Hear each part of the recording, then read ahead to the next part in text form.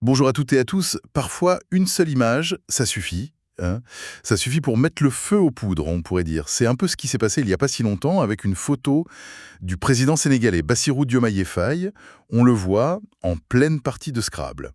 Ça peut paraître complètement anodin, comme ça, une photo, mais ça a déclenché pas mal de réactions, de discussions. Alors, pour essayer d'y voir un peu plus clair, on va s'appuyer sur une analyse assez détaillée de Bakary Domingo Mané. Ça s'intitule L'œil de l'expert. Et dans ce texte, il décortique pas seulement la photo elle-même, mais surtout toutes les réactions qu'elle a provoquées. L'idée aujourd'hui, c'est un peu d'explorer ensemble les différentes couches de sens possibles de cette image, en suivant l'analyse de Manet. Qu'est-ce que ça peut bien nous dire sur le président, mais aussi, de façon plus large, sur la com politique aujourd'hui, à l'heure des réseaux sociaux où tout est scruté, commenté. Bon alors, on y va. Oui, et il faut peut-être commencer par le début, hein, par la critique immédiate. Dès que la photo est sortie, hop, ça a été une volée de bois vert sur les réseaux, dans certains médias. L'angle, il était assez simple, hein. Le pays a des problèmes urgents, les inondations, les prix qui augmentent.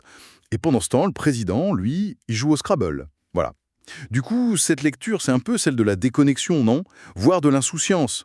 On sent derrière ça une attente, peut-être un peu irréaliste, que le président travaille H24 sans jamais souffler. C'est une vision très exigeante de la fonction quand même. Oui, et c'est justement cette lecture-là que Bakary Domingo Mané, il remet en cause assez fortement dans son analyse. Pour lui, c'est une lecture superficielle. Il utilise une image, on s'intéresse à l'écorce des choses, c'est ça. Il dit que ces critiques, souvent, ça relève d'une technique, le cadrage. C'est-à-dire qu'on prend un petit bout de la réalité, ici le jeu de Scrabble, et on l'isole pour lui donner un sens négatif. En oubliant volontairement tout le contexte, tout ce qu'il y a autour, et les autres sens possibles. En fait, on tord un peu la réalité pour qu'elle colle à notre jugement. Et Manet va même un peu plus loin. Il suggère que ces réactions très rapides, très négatives, elles peuvent faire partie de ce qu'il appelle un discours cloné ou une pensée embarquée. L'idée, c'est une critique un peu réflexe, quoi, qui se répète sans vraiment creuser, sans tenir compte de la situation précise du pays à ce moment-là. Il pense que cette focalisation sur l'anecdote, ça masque une dynamique plus profonde, un basculement, selon ses mots, qui serait en cours au Sénégal. Du coup, la photo, c'est moins le sujet réel qu'un prétexte pour exprimer des frustrations qui existent déjà. C'est intéressant ça, parce que ça dépasse la photo elle-même. Ça interroge la façon dont on critique, dont on reçoit l'info aujourd'hui. Et ça nous amène tout droit à la question du rôle de l'image en politique. C'est un point clé de l'analyse de Manet, ça, non? Exactement. Manet il replace cet épisode dans une tendance beaucoup plus large de la communication politique actuelle. Depuis la télé, et encore plus avec les réseaux sociaux, on voit bien que montrer, ça prend souvent le pas sur démontrer.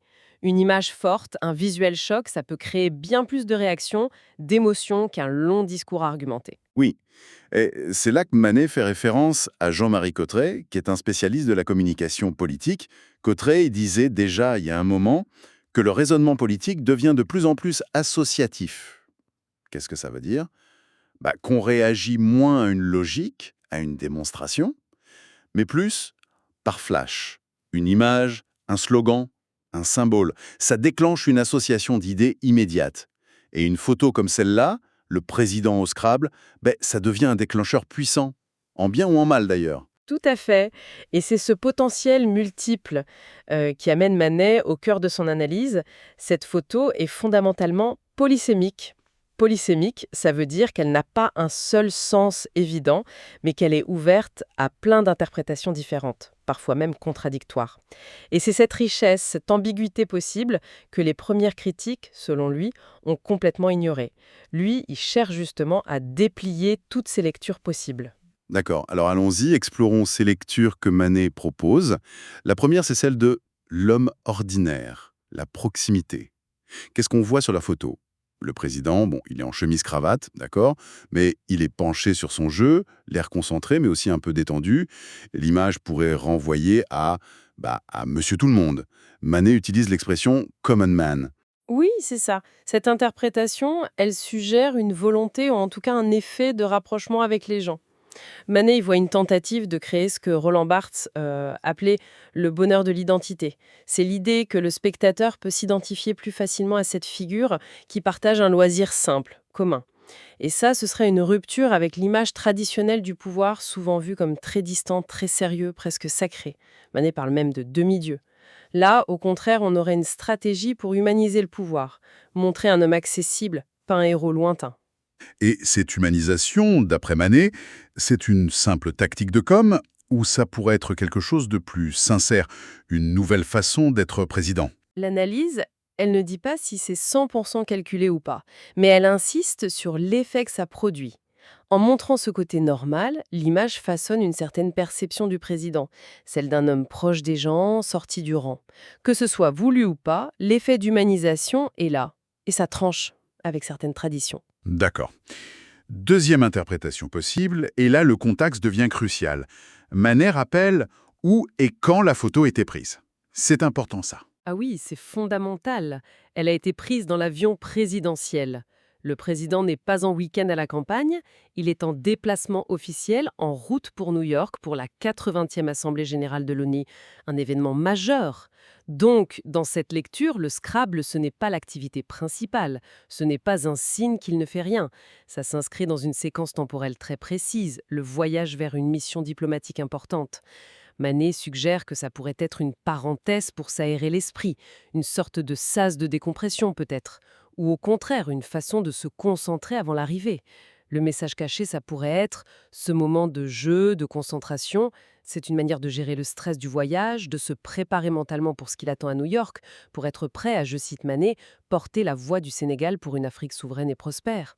C'était ça l'objectif affiché. Du coup, le jeu n'est plus futile, mais une partie de la préparation pour un exercice politique et diplomatique qui est très exigeant. Cette idée de préparation intellectuelle, ça nous amène tout droit à la troisième lecture de Manet.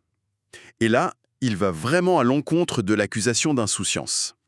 Il dit que ce moment, ça pouvait être un grand moment de lucidité. Un jeu, un moment de lucidité. C'est étonnant, non? Oui, mais l'argument se base sur la nature du Scrabble lui-même. C'est un jeu de lettres, de mots, ça demande de la concentration, de la stratégie, une bonne maîtrise de la langue, et Manet fait un parallèle symbolique. Il dit que ce jeu de cogitation, ça pourrait refléter la réflexion intense du président face à ses énormes responsabilités.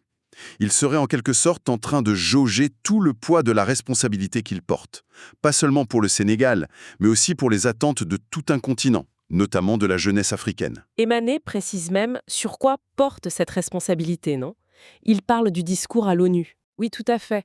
L'analyse mentionne explicitement que le président Faye était attendu pour un discours fort à l'ONU, pour exprimer une vision, pour dénoncer des injustices. Le texte de Manet cite d'ailleurs la situation à Gaza comme un des sujets sensibles qu'il devait aborder. Et trouver les mots justes pour ça, ce n'est pas rien. Donc, dans cette optique, le Scrabble, cet exercice de recherche de mots, de stratégie, ça devient une métaphore, la métaphore de la recherche du mot précis, de la formule qui va frapper juste, pour un discours à très fort enjeu. Ce n'est plus une distraction, mais une sorte d'entraînement mental à l'art de parler, à l'art oratoire. Et pour renforcer cette interprétation, Manet fait le lien avec ce qui s'est passé après, avec le discours lui-même. Exactement. Il souligne que la prestation du président à la tribune de l'ONU, elle a été très commentée et souvent jugée plutôt réussie. Manet part de belles prestations. Et pour lui, ce succès a posteriori, ça vient valider l'idée que la phase de préparation, dont le Scrabble aurait pu faire partie, n'était pas si futile que ça. Si on relie l'image du jeu à l'action qui a suivi et aux objectifs du voyage, porter une voix africaine forte, eh bien le jeu apparaît moins comme une pause déconnectée, mais plutôt comme un maillon possible d'une préparation intellectuelle et psychologique. L'action qui suit vient éclairer l'image de départ, en quelque sorte. C'est vrai que c'est une lecture, à l'opposé des critiques initiales. Et il y a encore une autre interprétation, une quatrième, plus philosophique cette fois. Oui, Manet termine avec une référence à Friedrich Nietzsche, et plus précisément à l'image de l'enfant et du jeu chez Nietzsche. Pour Nietzsche, l'enfant, c'est le symbole de la créativité, de l'innocence et l'oubli, du commencement nouveau, de la roue qui roule sur elle-même, d'une sainte affirmation. Le jeu, c'est l'espace où cette puissance créatrice peut s'exprimer et se régénérer. D'accord, et appliqué à la photo du Scrabble, comment Manet utilise cette idée? Il suggère que ce moment de jeu, ça pourrait être vu comme un instant où le président puise dans cette capacité enfantine à jouer pour se régénérer. Face au poids des responsabilités, aux pressions politiques, diplomatiques, ce moment ludique serait une façon de retrouver une sorte d'innocence créatrice, de se ressourcer, pas pour fuir la réalité, attention, mais pour mieux pouvoir y faire face ensuite. Une sorte de pause vitale pour l'esprit qui permet un renouveau avant de replonger dans la complexité du monde. C'est l'idée d'une respiration nécessaire pour garder la force d'agir et d'affirmer. 4 interprétations vraiment très différentes, de la com politique à la philo. Et pour terminer, Manet ajoute un dernier élément visuel, c'est ça. Tout à fait. L'analyse mentionne une autre photo qui a été diffusée après la première et qui aurait été prise pendant le même vol. Et cette deuxième photo, elle montre le président Faye concentré sur ses dossiers de travail, plongé dans ses lectures, ses documents. Manet présente cette photo comme un contrepoint crucial à la première. Elle vient renforcer l'idée que le Scrabble, c'était juste une pause, un moment limité dans le temps, au milieu d'un agenda de travail qui, lui, était bien rempli. Cette deuxième image, elle complète le tableau et elle nuance très fortement les critiques initiales qui ne voyaient que le jeu. Elle apporte une preuve de contexte, en quelque sorte. Alors, si on essaye de résumer un peu tout ça, qu'est-ce qu'on retient de cette exploration guidée par Bakary Domingo Manet? Le point principal, j'ai l'impression, c'est qu'une image politique, surtout aujourd'hui avec le numérique, c'est rarement aussi simple qu'elle en a l'air au premier abord. Elle est pleine de sens cachés, ou du moins de sens multiples. C'est exactement ça. L'analyse de Manet, c'est une invitation à aller au-delà de la lecture littérale, de la réaction à chaud, et épidermique. Elle montre bien comment une même image, une photo somme toute assez banale, peut être comprise de façon radicalement différente. Tout dépend du cadre qu'on utilise pour l'interpréter, stratégie de com, contexte factuel, préparation psychologique, symbole philosophique. La photo devient une sorte de miroir où chacun projette un peu ses propres lectures du politique. Du coup, la leçon, ce serait une sorte d'appel à la prudence, à se méfier des jugements trop rapides, surtout quand l'image domine et que la réaction immédiate est souvent la plus forte. Oui, c'est une invitation à la nuance, à l'esprit critique, essayer de comprendre le contexte, envisager qu'il y a plusieurs sens possibles, être conscient aussi de nos propres préjugés. Ce sont des réflexes importants, d'autant plus que la communication politique joue énormément sur l'image, sur l'émotion. L'analyse de Manet, en nous montrant toutes ces lectures possibles, elle nous donne des outils pour une lecture plus riche, moins univoque de ces images qu'on nous montre. Et tout ça, ça nous laisse avec une question, peut-être une réflexion pour continuer à y penser. Dans ce flux continu d'images de nos dirigeants, qu'on voit partout, qui sont scrutés, partagés, commentés sans arrêt. Oui, comment faire la part des choses? Qu'est-ce qui est de la mise en scène, de la communication bien huilée? Qu'est-ce qui peut-être montre un bout de la vraie personnalité? Et puis surtout, est-ce que nos propres opinions, nos propres attentes ne colorent pas complètement la façon dont on voit ces images? Et finalement, quelle importance on doit donner à ces moments off, ces instants un peu volés en marge de l'action officielle, dans le jugement qu'on porte sur la compétence ou l'action d'une personnalité publique? Vaste question, sans doute sans réponse simple, mais qui est vraiment au cœur de notre rapport à la politique aujourd'hui.